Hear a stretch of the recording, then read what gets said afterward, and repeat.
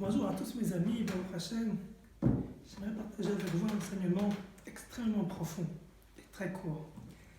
Tout le monde connaît les passages dans la Bible où notre père Isaac, Yitzhak Avinu, veut bénir son fils et qui décide-t-il de bénir Esav, Ésaü. Les commentateurs s'interrogent, comment se fait-il, Isaac, bénir Esav? Nous savons tous que Jacob était bel et bien le fils à bénir, le sage, le droit.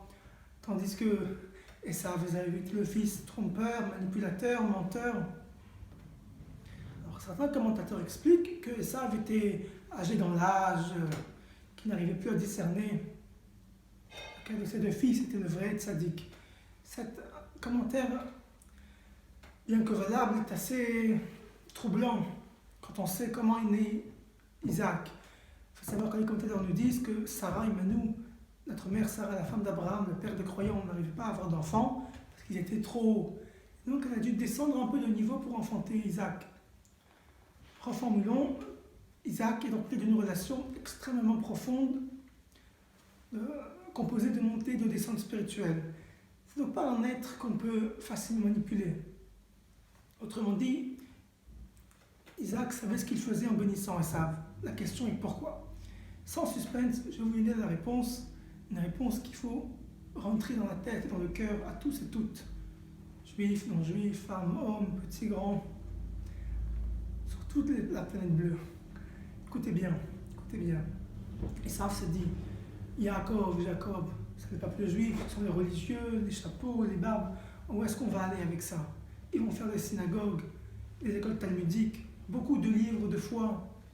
Mais dans ce monde, on a besoin d'ingénieurs, on a besoin de médecins, un corona, d'hôpitaux, d'infirmiers, on a besoin de routes, on a besoin de chauffeurs, de conducteurs, on a besoin de gens qui fassent toutes sortes de choses pour faire fonctionner, tourner la terre, le monde. Qu'est-ce qu'on va faire avec des religieux? Des gens qui sont inspirés par Dieu, puisque Jacob était lui inspiré par Dieu. Jacob est dans la tente à étudier. C'est pour cela que Isaac s'est dit, je vais bénir Esav, Ésaü, mais après, le monde fera repentir, tchouva, et ils vont revenir vers Dieu. Que s'est-il passé en fin de compte? Vous connaissez tous l'histoire. Jacob s'est déguisé, ses avant-bras, seulement l'avant-bras, en Esav, Ésaü. Ce qui fait que Isaac a béni Jacob et non Esav. Mais allez-vous croire qu'il pensait vraiment que c'était Esav, bien qu'il a tâtonné les mains et qu'il a vu que c'était les mains d'Esav? Pensait que Isaac, Yitzhak, fils d'Abraham, comme je vous l'ai dit tout à l'heure, né d'une grande sainteté, il va se faire douiller. La réponse est la suivante, elle est explosive, mes amis, comme ça je l'ai reçue de mon maître. En vérité, quand Isaac a vu que son fils Jacob peut rester un homme qui s'intéresse à l'au-delà, au spirituel, à la connexion au divin, tout en pouvant rentrer dans ce monde, juste l'avant-bras, bien sûr, juste l'avant-bras, c'est-à-dire manger, boire, se marier, travailler, cultiver le monde, aider le monde dans tous ces domaines les plus matériels, tout en restant lui-même, tout en restant un bon yid pour un juif ou pour un non-juif, une bonne personne connectée au divin, à l'essentiel. Alors là, il a dit, je peux bénir. Mon fils, il a compris. C'est une grande clé. J'aimerais dire à tous mes amis internautes, ceux qui nous regardent, dans la loi juive, dans la halakha, il y a une règle. Si quelqu'un m'appelle, me dit, Chaim, si tu ne viens pas en transgressant le saint Shabbat, chez moi, je n'ai pas été félin une semaine. Ai-je le droit de transgresser ou pas? Que dites-vous? La réponse est non, je n'ai pas le droit. Une même personne me dit, ma femme va accoucher, il faut appeler absolument l'ambulance. J'ai le droit d'appeler ou pas? J'ai le droit, non seulement j'ai le droit, mitzvah, obligation. Autrement dit, pour le corps, pour tout ce qui est matériel, le corps, on a le droit de transgresser Shabbat, de transgresser toute la Torah. Mais pour l'âme, on n'a pas le droit de transgresser rien du tout. Alors qu'est-ce qui est le plus important, l'âme ou le corps?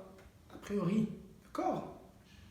En fait, on voit que le corps est primordial, mais pour l'expression de l'âme.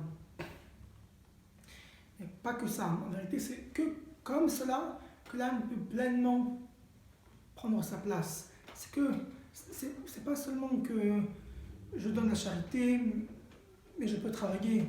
Autrement dit, travailler serait mal, mais bon, je me pardonne en faisant la charité. Non, travail, c'est une mitzvah. Quand tu travailles, médecin, tout le travail qu'il y a dans le monde, c'est comme ça que tu rencontres Dieu, comme si tu faisais une chose obligée par la Bible. Seulement, tu dois te dire, mais attention, ça c'est qu'une partie de moi, c'est que l'avant-bras. Après tout le reste, je me consacre au bien, à faire de la charité, à être connecté à mon Seigneur, à Dieu, et à développer cette notion-là dans le monde, que oui, il y a un créateur dans ce monde, c'est Dieu, et que pourquoi je vous parle de ça maintenant alors que ce n'est pas en rapport avec la paracha de la semaine ou la fête de Pessah. En vérité, c'est en rapport, on est tous enfermés chez nous depuis quelques semaines, en bidoud, en quarantaine. Et la raison pour laquelle Dieu nous fait cela, c'est parce que beaucoup d'entre nous, malheureusement, n'avons pas que rentrer l'avant-bras comme ils savent, mais bien tout le corps. Et on a oublié l'essentiel, on a oublié la famille, la valeur familiale, on a oublié le dialogue. Alors en hébreu, bidoud, ça ressemble à Hitbodedut, qui veut dire dialogue. Maintenant, notre Créateur veut qu'on se souvienne comment on vivait à l'époque à l'ancienne. On travaille, oui, on travaille, mais on a une femme, on a des enfants, on a des frères, on a des amis. On voit que plus la technologie avance, moins on s'occupe des amis. Pourtant, ça a été créé pour parler avec les amis. Dieu nous dit, vous avez cru en des politiques, en des systèmes économiques, en des choses qui paraissaient fiables. La chose importante de croire, c'est en nous-mêmes, c'est en Dieu, et c'est en les valeurs fondamentales de la vie essentielle. Mes amis, je finirai en conclusion. Dans la Bible, il est écrit que cela veut-il dire en français? Il faut avoir de la réflexion, il faut se poser sur les événements, réfléchir, prendre du recul. Mais c'est intéressant que, en hébreu, Ishuv, c'est une habitation. C'est-à-dire, en vérité, j'ai pensé à ça il y a quelques semaines, il faut habiter le date. Quand la majorité d'entre nous, on passe notre temps à habiter notre travail, nos amis, tout. On oublie le date, on oublie la conscience. La conscience qu'on a d'avoir Hachem une maison, grâce à Dieu une maison. Dieu n'a pas de maison. Sa maison, le Saint-Temple, est détruit. Sa petite maison, c'est les foyers juifs et tous les foyers du monde entier.